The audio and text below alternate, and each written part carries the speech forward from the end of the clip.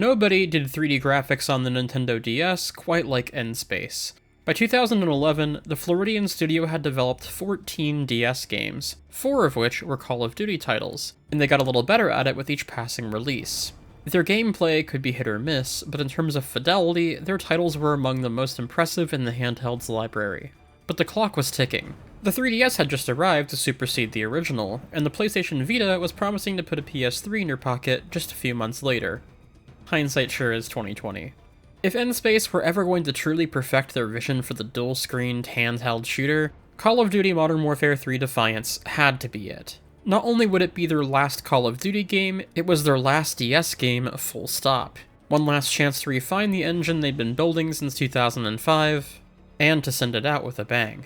I think they succeeded, albeit with some missteps. And in order to fully explain both, I need to turn back time just a little further. It's been over 3 years since I reviewed Call of Duty Modern Warfare Mobilized, the Nintendo DS adaptation of Modern Warfare 2, so I revisited that video to refresh my memory, and I'll be honest, I'm not sure what I was on about. And before continuing the franchise, I'd like to take a minute to set things right. Mobilized and I got off on the wrong foot, and when I got stuck on a glitchy turret section about 2/3 through the game, I called it quits. I've since come to regret that, because having gone back and finished the game recently, the levels that followed were the best Mobilized had to offer. There's an analog to the oil rig raid from the console game, and the AC-130 mission of Mobilized is better than N-Space's previous attempt in just about every way. Having played Modern Warfare Mobilized so soon after the original, I think I took for granted how impressive it is that either game even functions. Mobilized's levels were far more varied than its predecessors, and surprisingly gorgeous in their own right. Don't get me wrong, most of my criticism absolutely stands. The game was rushed, it's front-loaded with under-designed and frustrating levels, and it commits a ton of handheld gaming sins. But it's far from the glaringly lazy disappointment I made it out to be. There's also the matter of Black Ops, released during Modern Warfare's gap year. I've purposely skipped over N-Space's Treyarch adaptations, at least for now, but I did take time to play the first couple hours of Black Ops DS, just to develop a point of comparison. And that game is a mixed bag, to say the least. Black Ops brought fleshed out multiplayer, a surprisingly faithful if strange and janky version of zombies, and the franchise's best DS visuals to date. Black Ops is prettier than its predecessors, but it also runs worse than all of them.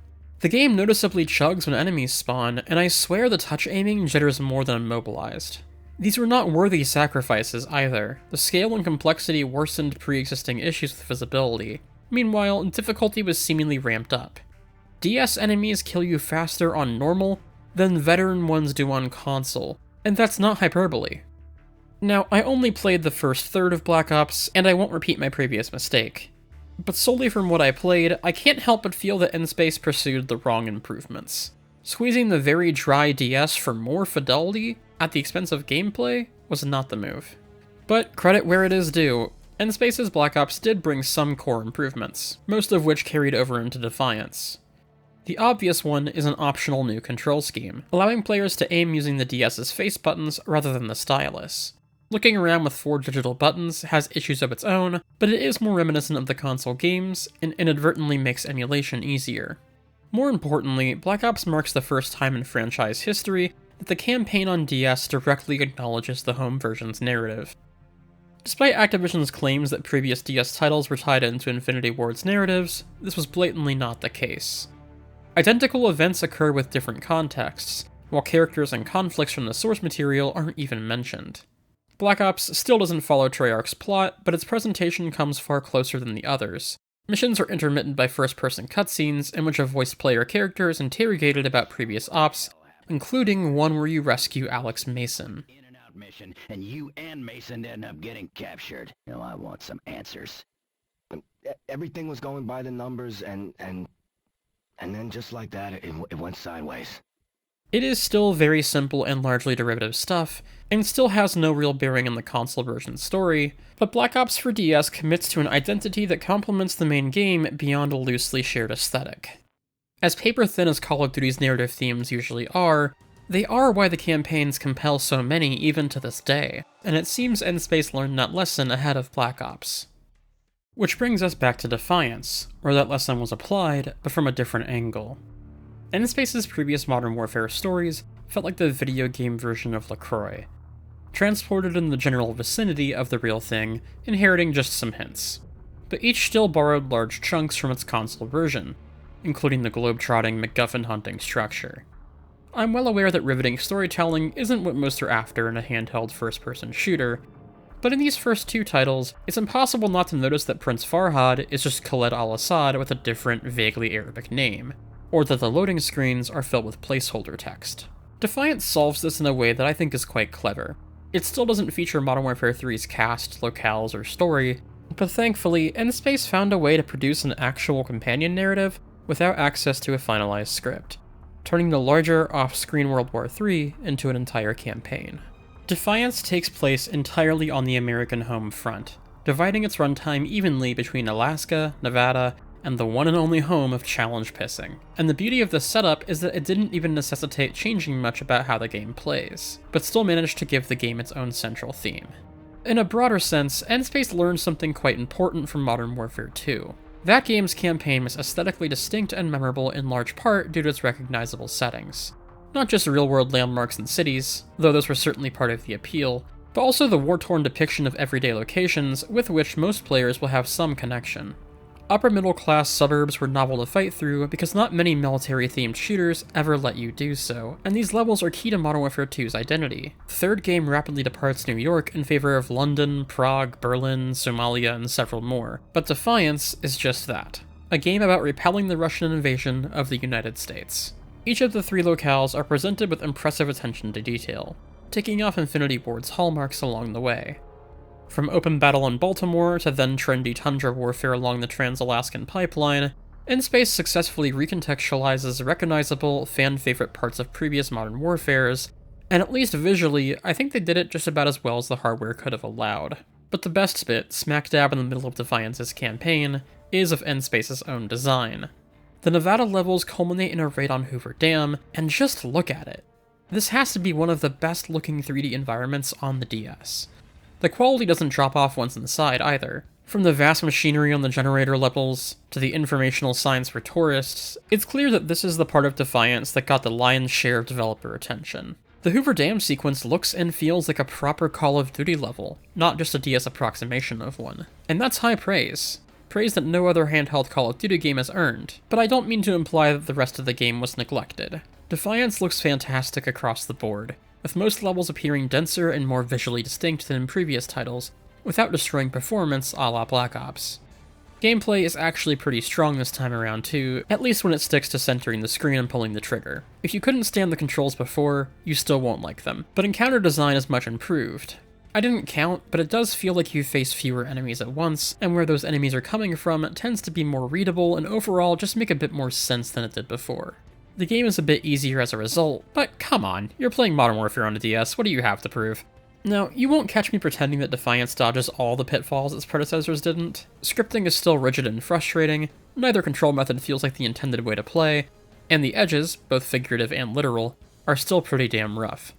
The game falls apart whenever you're partaking in its mini gimmicks. The returning ones are worse, the new ones are lame, and the ending is bullshit.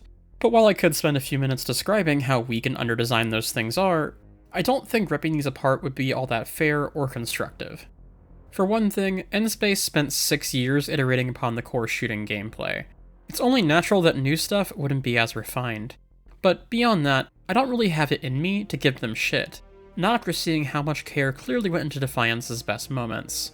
Last time, I think I lost sight of the fact that these games are extremely ambitious titles, produced by an extremely small team, on behalf of an extremely shitty publisher.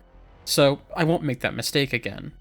I will instead limit myself to just one gripe, albeit a big one. The game's worst sin.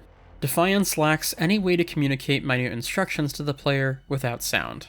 This has caused issues in every single one of these games because N-Space continued to insist on designing their levels in ways that rely on auditory cues, even though many of their players would be unable to hear them. Minor cases include your typical, wait for Captain What's-Its-Nuts to tell you to shoot the one on the left type beat, but for an extreme example, there's a sniping sequence in Nevada where the player is verbally directed towards enemies as they spawn. Target near the trees west of the cave.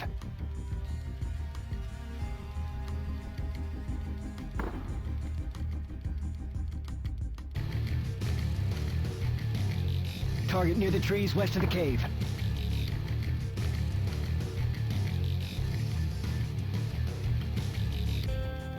Sniper down. This already doesn't control particularly well, even when you know where to look. But without sound, you just have absolutely no guidance, and enemies are somehow able to return effective fire at this extreme distance, so there is a fail state. The primary role of old handheld consoles was to provide entertainment outside the home in public or shared spaces, where it's not appropriate or even possible to play with sound. Can you imagine trying to play this on a crowded, noisy school bus? There were two angles from which N-Space could have addressed this problem, and after so many games using this tech and formula, I can't understand why they never did. I wouldn't say it ruins the campaign, but I imagine a fair few people back in the day had to pause and wait for a moment of quiet to finish some of the game's set pieces. Defiance is still the best of N-Space's campaigns, but I can't help but feel that they were still making many of the same careless mistakes here that they were back in 2007.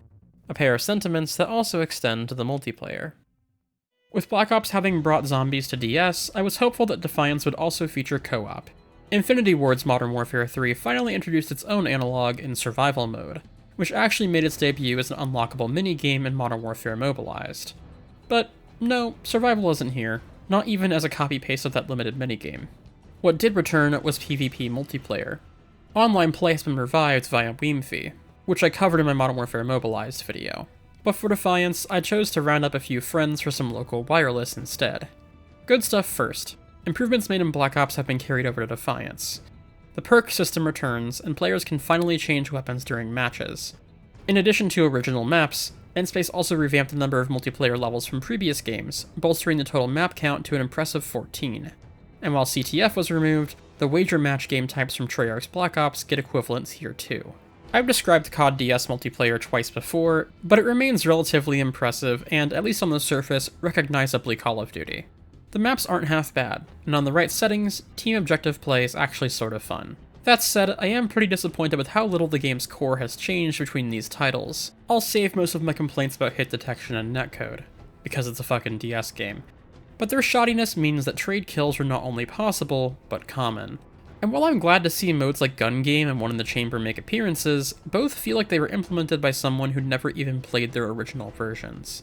In Gun Game, you'll go through multiple copies of the same gun before exhausting all the unique weapons, while One in the Chamber has a bizarre oversight, wherein knife kills don't award extra ammo beyond the first shot, meaning pretty much every encounter comes down to a knife fight and thus a trade kill. The knife trading is a little bit out of control. These are relatively minor complaints. For a DS shooter, Defiance is more than serviceable, and with the most content out of any of N-Space's games, it's the one to play. I'm sure that in its heyday, with online matchmaking connecting plenty of enthusiastic participants, this could have been a decent way to kill time. But for a group of adults in 2024 who had to make dedicated plans to get together and play it, the novelty wore off quite quickly. It is worth wrangling some friends to experience, or joining an online game night with the dedicated COD DS community, but I wouldn't expect Defiance to become a staple of your multiplayer diet. It's best served as just one course of a DS variety night. In summary, Modern Warfare 3 Defiance is a solid improvement over previous titles, but not a massive one. You could be forgiven for writing it off as just another DS Call of Duty, but it is the best of these games. The design regressed in some areas, and I'm not so sure that future iterations would have made meaningful improvements, but Defiance serves as a charming send-off for core gaming on the Nintendo DS as a whole. And when the DS went away, so too did most bespoke games meant to tie into home console releases. The 3DS and Vita had some, but nowhere near as many, and they often shared a lot more with their home versions, in some cases being direct ports from the Wii or PS3. This shift left N-Space without a clear place in the industry, and like most in their situation, they didn't last long. The company made a few 3DS games throughout 2012 and 13, did some Kinect dev, including some of Microsoft's Kinect Fun Lab stuff, and briefly pivoted to mobile games.